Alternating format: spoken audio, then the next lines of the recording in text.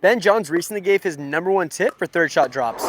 My #1 tip for hitting third shot drops is going to be on the trajectory of the bounce, or rather the phase of the bounce. After the ball bounces, it comes up, the rise, the peak, which is the highest point, and then coming down, the downfall. You want to be making contact with the ball when it is falling into your strike zone. And that's for a lot of reasons, primarily timing. It's on the same path as your paddle for a long time. Really, you're just going to hit the center of the paddle a lot more often, and that gives you a much better result overall. So throughout this video, I'm going to show you exactly how you can get this to happen on your drops. After this, I'm going to walk you through 4 additional tips that you need to know to get your drop consistency over 75%. Consistently making your drops is one of the most challenging skills to master in pickleball. So if you want to start playing with a more advanced playing style, you need to make sure you understand everything that we're about to go through. So what does it mean to hit the ball as it's falling? Well, all it really means is that you don't want to hit the ball as it's rising or when it's at its peak. So when I drop the ball, you'll see it falls, it rises, hits a peak, and then falls again. And I'm just dropping it straight down here, but the same thing applies when you're in a rally. So as you can see, the ball rises, hits a peak, and then it starts falling. So what you don't want to do when you're hitting a drop, whether it be a third shot drop or a drop later in the point, is hit the ball on the rise. And what that looks like is this. So I'm hitting the ball closer to the bounce while it's coming up.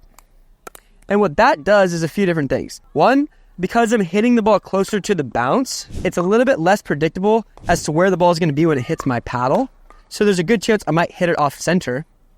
The other thing that it does is because the ball is rising, I'm actually changing the direction of where the ball is going, right? So the ball's coming up and I'm hitting it like this. When I hit the ball when it's falling, I'm just setting the ball back exactly the same way it came from, which also increases your accuracy. So to show you what it looks like when I hit the ball when it's falling, it's the same thing.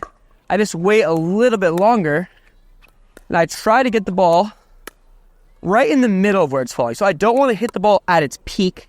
I want to let it set a little bit. So I probably want to let the ball fall about a foot from its peak. But I don't want it to get too low because then I'm going to be reaching.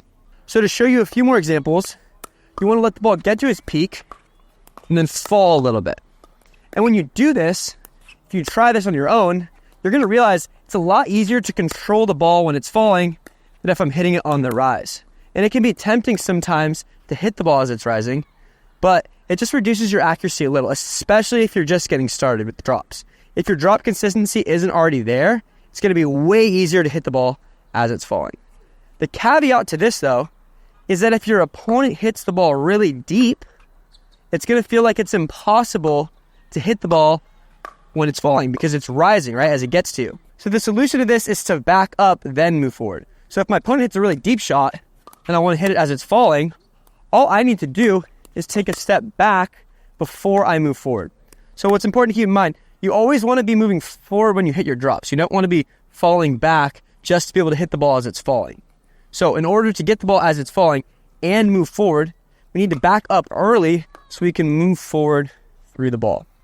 What you don't want to do in that situation is take the ball on the rise, because if I'm taking the ball on the rise and it's really deep, that's a pretty hard shot for anyone to hit successfully into the kitchen and be accurate so that your opponents can't attack you. So in order to make this happen in an actual point, what you want to do is see where your opponent's return is going as quickly as you can, and then immediately move to the spot where the ball is going to be falling. So you don't want to run towards the ball to hit your drop.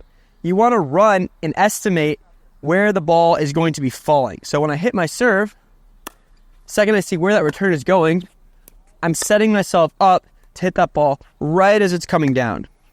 If I start drifting forward, obviously I might take the ball on the rise, which maybe I'll do a good job of getting it in the kitchen, but there's a high chance that if I do that, I'm going to miss and I'm going to be in a bad position and they're going to attack me. So to show you one more example, I hit my serve, I'm watching to where the return is going to go, I go straight to where the ball is going to be falling into my strike zone, and then I move forward if I do a good job. So when I say my strike zone, what I mean is that you want to be hitting the ball out in front every time, a little bit out to the side of your body. Same goes on the backhand. So you always want to be catching the ball in the front, never behind you. So this is where I'm trying to hit the ball as it's falling. So that's your number one goal after you hit your serve. And guys, The drop's a really difficult shot to get the hang of, so it's totally fine if your consistency isn't high. The reason I'm able to stay consistent with it is, one, I put a ton of practice into it, but two, I know the next 4 tips that I'm about to take you through. So if you don't have the right technique and mindset, just knowing the last tip we went through of letting the ball fall isn't going to be enough. So make sure to pay close attention to our next 4 tips as well. The first thing that you need to keep in mind is that when you're hitting a drop, you want to send everything towards your target. So when I say everything, I'm referring to the stroke in terms of where your arm is going. I'm referring to your body weight, and I'm referring, of course, to the ball. So when I'm hitting a drop, what I don't want to be doing is falling off to the side or falling backwards. So to show you what that looks like, when I'm falling to the side, I'm just not getting my body weight forward through the ball. So what you want to do is you kind of want to feel like you're bowling. Imagine how hard it would be to get a strike in bowling if you were falling sideways. You'd probably get it in the gutter every single time. What you want to do when you're bowling is send everything right towards your target. And when you're doing that, like I said, you also want to make sure the ball is falling, which can be a little tricky sometimes because you might need to go backwards, then go forwards, as I was saying. And you want to go right towards your target. So if I'm hitting my drop down the line, I want my body weight and my arm to go straight towards Drew. If I'm hitting it cross court, I want it to go that way. So you're really focusing on that target and you're getting your body weight straight towards it. And when I'm thinking about my arm, I don't want to be hooking around. I essentially want to be drawing a line with my paddle towards my target. So no big backswing, no big fall through. My take back and my fall through should all be linear with where I'm aiming it, which really simplifies the stroke. And I'm not using any wrist. My wrist is completely steady. I'm just drawing a line to my target and getting my body weight through the ball. And as you can see, I'm very active with my feet. So I'm not just walking around. I'm strafing quickly with my feet so that I can move forward through the ball. If you're lazy with your feet, you're going to hit the ball as it's rising, and you're not going to be in the optimal position for maximum consistency. The next tip that you need to know to increase your consistency on your drops is that the farther back you are when you're hitting the drop, the higher you should aim over the net to give yourself a buffer for air. So if I'm hitting the drop from really close to the net, and it's super easy, I don't really need to hit the ball that high over the net because I'm closer and it's a little bit easier of a shot. I don't have to have as much margin for air. But if I'm way back in the court and it's a super hard drop, going a little higher is actually better. It might not be as good of a drop, but I'd rather go higher and make my drop than go lower and miss it in the net in an accident. So the farther back I am, the higher I'm going to go over the net. And that doesn't mean I'm hitting the ball farther. I'm just going a little bit higher and aiming for that back portion of the kitchen. So you never really want to aim for the front part of the kitchen. When I'm back here, I'm going a little higher, and my opponent might be able to volley this shot out of the air, but it's okay, because on the next ball, I can try to go for a better drop and then start to move forward again. What you don't want to do, though, is go for a really, really short drop that's really close to the net from back here to where you miss it in the net like this, because obviously missing is a lot worse than hitting a bad drop where you can defend on that next shot. So in general, if I'm farther back, I want to raise the height I'm hitting my drop when it passes over the net. So normally you want to aim about a foot over the net, right? So the net's 3 feet high. You want to aim about 1 foot over that. But as I'm backing up, you want to slightly increase it. So I'm not saying you should hit it this high, just a few inches higher to give yourself that buffer for air. And that brings me into my next tip, which is that when you're hitting your drop, you want to focus more on where the ball is passing over the net and your power versus where the ball is landing. If you're focusing on where the ball is landing, it's a little tougher to stay consistent. You might miss it in the net. So what I like to tell my students is first focus on how high the ball is when it's passing the net, then focus on getting that consistent level of power. So as I was saying, when you're hitting the drop, the main thing that you want to be focusing on is the height when it's passing the net. Not a normal drop, one that's not too challenging or too easy. You're probably aiming about 1 foot over the net. That's your reference point.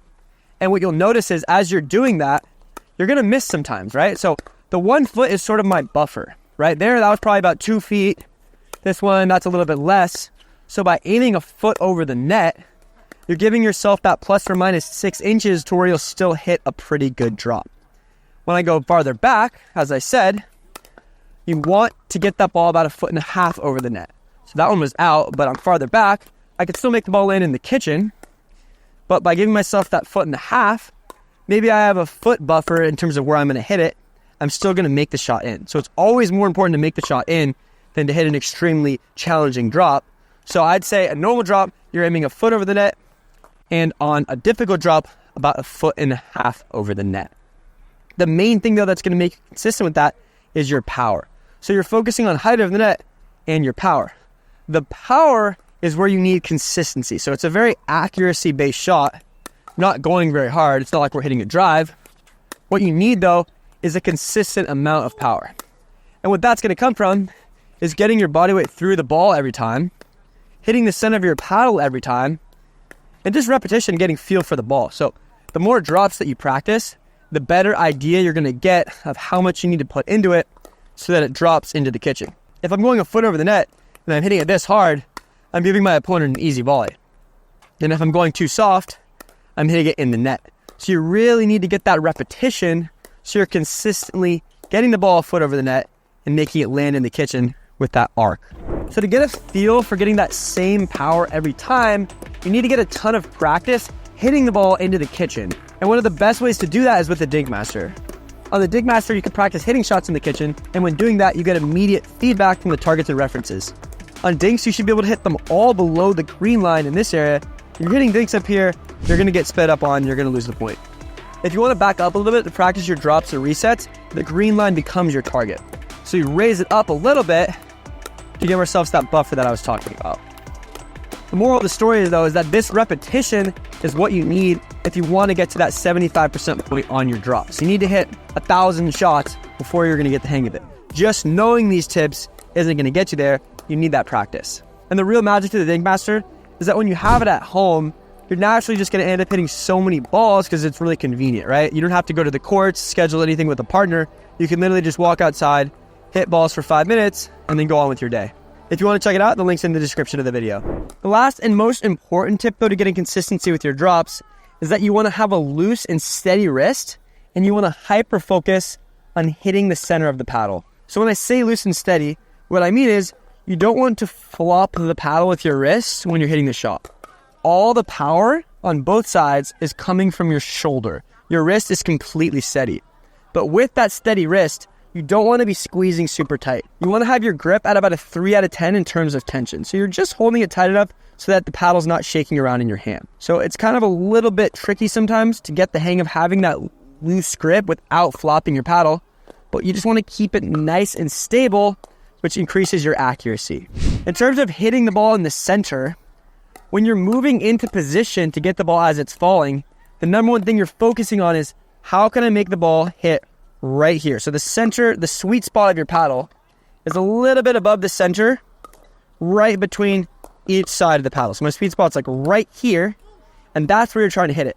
If you're hitting your drop and it's hitting the side of your paddle, it's going to go short and probably hit in the net. So you're going to lose power. It's not going to go where you want it to, and it's going to drop your consistency. So every time you hit the drop, you want to hit it right here. If you watch a 5-0 player or a pro player, they're hitting their drops here every time, and they have super high consistency. When it comes to targets in terms of where you should hit your drops, whether it be cross court, down the middle, or down the line, these can be really important too. So make sure to comment your favorite drop targets, and you can learn from other players about what's working from them and use it for your own game. I'm also going to create a poll in the comments, so make sure to go vote. One of the easiest way to hit better drops though is to hit better serves, which just make your third shot easier. So if you want to go through that and this next video, that's all I talk about.